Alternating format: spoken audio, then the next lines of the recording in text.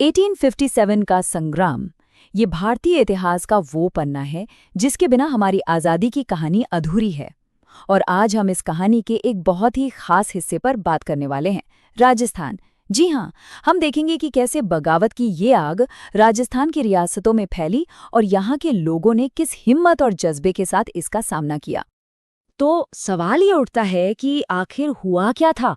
वो कौन सी वजह थीं, वो कौन सी घटनाएं थीं जिन्होंने राजस्थान को इस ऐतिहासिक लड़ाई का एक इतना बड़ा मैदान बना दिया? चलिए आज इसी सवाल का जवाब ढूंढते हैं, एक-एक करके सारी परतें हटाते हैं। देखिए, कोई भी बड़ी क्रांति ना रातों रात नहीं होती। आग लगने से पहले धुआं जरूर उठता है। राजस्थान में भी अंग्रेजों के खिलाफ गुस्सा काफी समय से अंदर ही अंदर सुलग रहा था। तो आइए पहले उन कारणों को समझते हैं जिन्होंने इस पूरे विद्रोह की नींव रखी। दिलचस्प बात यह है कि गुस्सा समाज के हर तबके में था। एक तरफ तो राजा महाराजा और जागीरदार थे जो अंग्रेजों की संधियों और उनकी दखलंदाजी से तंग आ चुके थे। दूसरी तरफ आम जनता के मन में भी अंग्रेजों के खिलाफ एक नफरत बैठ गई थी। और फिर चर्बी वाले कारतूसों की जो खबर फैली, उसने तो जैसे बारूद में चिंगारी लगा दी। सैनिकों का गुस्सा 7वें आसमान पर पहुंच गया था। अब सोचिए, माहौल पहले से ही इतना गर्म था और ऊपर से अंग्रेजों ने जगह जगह अपनी फौजी छावनियां बना रखी थीं।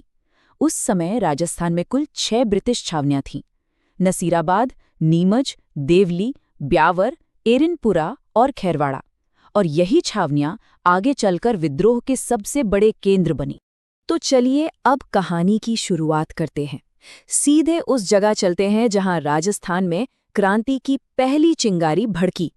और वो जगह थी नसीराबाद, अजमेर के पास एक बहुत ही अहम छावनी।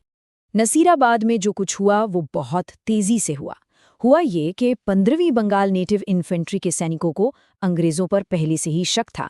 जब उन्हें अजमेर के हथियारों के जखीरे से हटाकर नसीराबाद भेज दिया गया तो उनका शक यकीन में बदल गया। बस 28 मई को उन्होंने बगावत का बिगुल फूंक दिया। जल्द ही 30वीं नेटिव इन्फेंट्री भी उनके साथ हो ली। खजाना लूटा और फिर सबका लक्ष्य एक ही था, दिल्ली चलो। अब एक जगह आग लगती है तो उसकी लपटें दूर तक तो जाती ही हैं। नसीराबाद की खबर जैसे ही दूसरी छावनियों में पहुंची, वहां भी बगावत के सुर उठने लगे।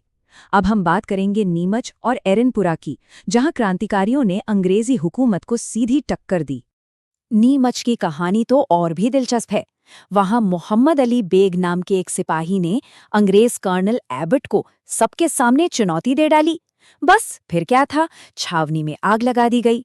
और इसके कुछ हफ्तों बाद 21 अगस्त को एरनपुरा छावनी में भी सैनिकों ने विद्रोह कर दिया। उनका इरादा क्या था? ये उन्होंने एक जोरदार नारे से पूरी दुनिया को बता दिया, चलो दिल्ली, मारो फिरंगी। ये वो नारा था जो एरनपुरा के सैनिकों ने बुलंद किया। ये सिर्फ शब्द नहीं थे, ये एक ऐलान था। ये उनके लक्ष्य, उनकी मंशा और उनके गुस्से का सीधा सीधा ऐलान था। और देखते ही देखते ये नारा पूरे उत्तर भारत में क्रांति की पहचान बन गया। अभी तक हमने देखा कि सैनिक विद्रोह कर रहे थे, है ना? लेकिन अब कहानी में एंट्री होती है एक दमदार स्थानीय लीडर की। अब हम क्रांति के उस दौर में चल रहे हैं जहां स्थानीय नेतृत्व ने विद्रोह को एक नई ताकत दी। ये था आउवा का विद्रोह, जिसने मारवाड़ के इलाके में अंग्रेजों के पसीने छुड़ा दिए। और इस विद्रोह के महानायक थे आउवा के ठाकुर खुशहाल सिंह। हुआ यूं कि जब एरनपुरा के बागी सैनिक दिल्ली की तरफ जा रहे थे तो ठाकुर खुशहाल सिंह ने उन्हें न सिर्फ पनाह दी बल्कि उनकी कमान भी संभाल ली। उन्होंने आसपास के कई और जागीरदारों को अपने साथ मिलाया और एक मजबूत सेना तैयार कर ली।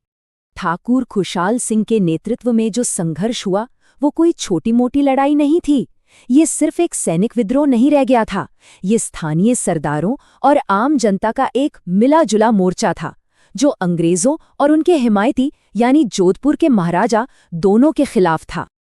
आउवा में क्रांतिकारियों ने जो कर दिखाया वो कमाल था। उन्होंने एक नहीं बल्कि 2 बड़ी लड़ाइयां जीती, पहले बिथौड़ा में और फिर चेलावास में। और चेलावास की लड़ाई में तो उन्होंने सीधे एजीजी जॉर्ज लॉरेंस की फौज को हराया। एजीजी मतलब उस वक्त राजस्थान में अंग्रेजों का सबसे बड़ा साहब। उसकी हार और फिर पॉलिटिकल एजेंट मॉकमेसन का मारा जाना अंग्रेजों के लिए बहुत बड़ी बेइज्जती थी।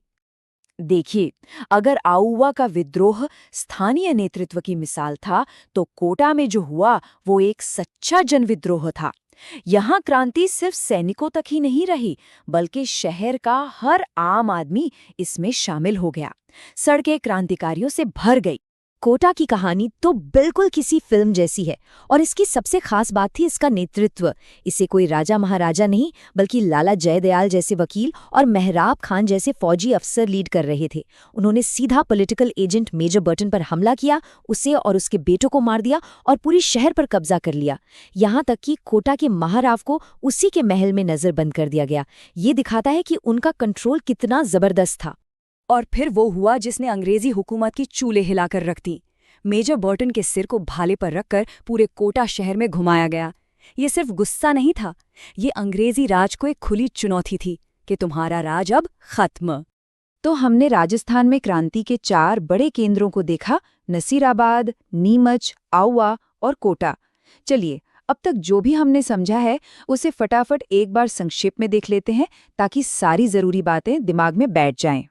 ये टेबल एक तरह से इस पूरे विश्लेषण का निचोड़ है। ये हमें साफ साफ दिखाती है कि कैसे अलग अलग तारीखों पर अलग अलग नेताओं के अंडर में राजस्थान के अलग अलग हिस्सों में विद्रोह की आग भड़की। नसीराबाद के सैनिक विद्रोह से लेकर कोटा के जन विद्रोह तक हर जगह क्रांति का एक अलग ही रंग और रूप था। और आखिर में एक बड़ा सवाल, हम सब जानते हैं कि 1857 का ये विद्रोह अपने असली मकसद में कामयाब नहीं हो पाया। अंग्रेजों ने इसे बहुत बेरहमी से कुचल दिया। लेकिन क्या इसका मतलब ये है कि ये पूरी तरह से नाकाम रहा, या फिर इस संघर्ष ने राजस्थान के लोगों के दिलों में आज़ादी की वो चिंगारी जला दी थी जो आगे चलकर एक बड़ी मशाल बनी? इस पर सोचना बहुत जरूरी है।